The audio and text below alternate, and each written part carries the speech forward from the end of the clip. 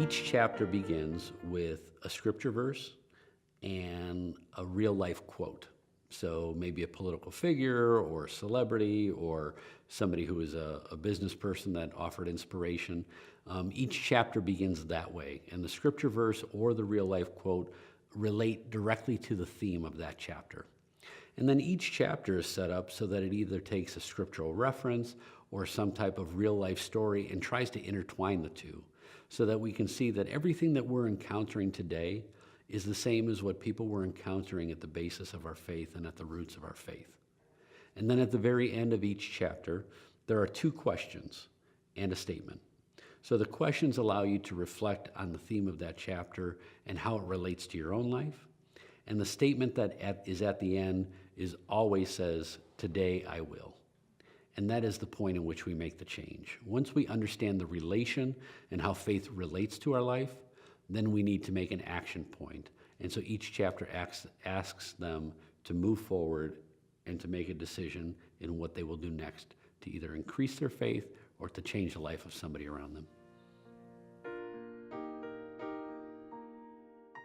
The age range of this book, I see it. I've had middle schoolers that have read the book and all the way up to an unlimited age, really, as far as the adults go.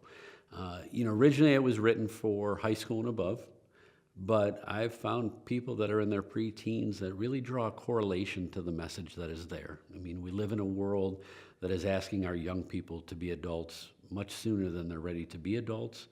And I would hope that sometimes we would give them a faith-based message that would meet them on that same level from a church perspective.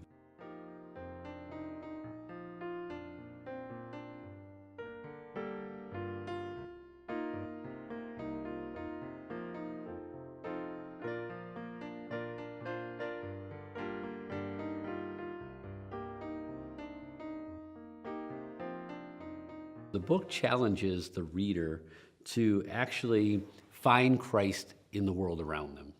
It's so often that we live our faith while we're in worship or while we're at Mass, and we really don't think about it the rest of the week. And what I'm asking a reader to do is begin to recognize their responsibility in the real world to be the hands and feet of Christ.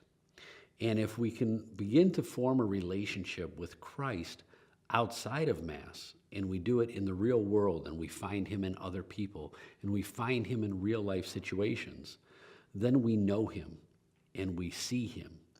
And then when we come to Mass, we have an encounter. The hope for each reader as they go through this book is to just recognize that they're called to something higher, to think about their life differently, to appreciate the gifts that they have, to find their inner strengths and to expound on them, and to know that their purpose, maybe not understood by them at the time, that their purpose could be meant to not only fulfill their own goals, but the goals of people around them, and to create an evangelization opportunity for others to share their faith in a manner that brings others closer to Christ, so that we create stronger bonds and stronger communities.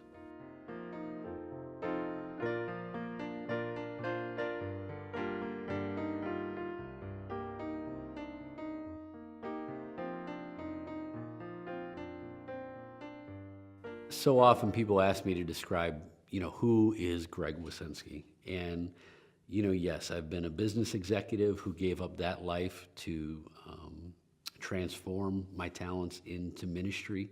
I've been somebody that has worked with youth on various levels inside our community. I've helped men develop a better understanding of their spiritual faith. And now I'm the author of a book that's being very well received in the community and having the ability to change lives. But really, when it all comes down to it, I just want to be viewed as a humble child of God who is looking more than to find ways to journey with other people who experience the same situations as me, to inspire others through my faith, and to find a way to make the world a better place. I mean, it really is that simple. And I long to be a tool in every pastor's bag or every church's tool set to say, this is somebody that we want to come in to open up doors and to create an opportunity for our people to understand their responsibility of where faith and real life come together, so that when they're preaching on Sundays, that it makes an impact that is everlasting.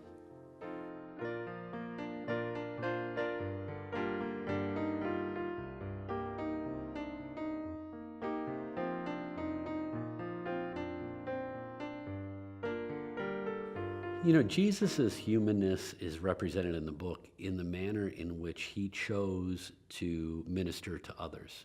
You know, it wasn't that Jesus ministered from afar. You know, he was always surrounded by people. He was always part of the community. He was one with those that he dined with, and he was one with those that he was longing to give salvation to restore, and to be a leader for. And so in our own faith, we need to know that the road is not always going to be easy, and that there are times that we're going to be rejected. There are going to be times that we may not see things the same way as others. But if we're truly in tune with our purpose and who God has called us to be, and we know that our mission and our sense of discovery out in the real world is done with a basis to say, you know, Lord, use me as you wish, then our ministry will be the same as his, and we will find that we end up walking with people more than we end up preaching to them, but leading and evangelizing by example.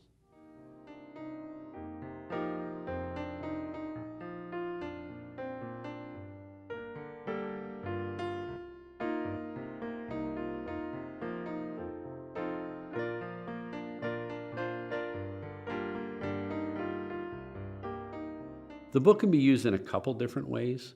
Number one is it can be read straight through by a reader who would like to go on a faith journey from, you know, the introductory chapters are ones that maybe just ask a reader to think differently about faith, or if there's somebody who's new into their faith life, for them to get their feet wet and to hit the ground running on that pavement, to where it grows deeper and then challenges a reader more towards the end, to where you know, we're being asked to leave our nets behind, or to really understand that God is there to fight for us. You know, that is kind of how the chapters are set up and how the book flows. The second way that a reader could use the book is to simply peruse through and read the chapter titles, and maybe find a title that they think uniquely fits with the situation that they're longing to have an answer for or to relate better to. And then the third way would be, in one of my favorite ways, is that it would be set up as a month-long devotional. So there are 31 short chapters that are written in a manner that allows somebody to go through day by day, pick one chapter a day, and spend 15 to 20 minutes a day examining how the theme of the chapter relates to them, and then answering the questions at the end for a deeper meaning and understanding.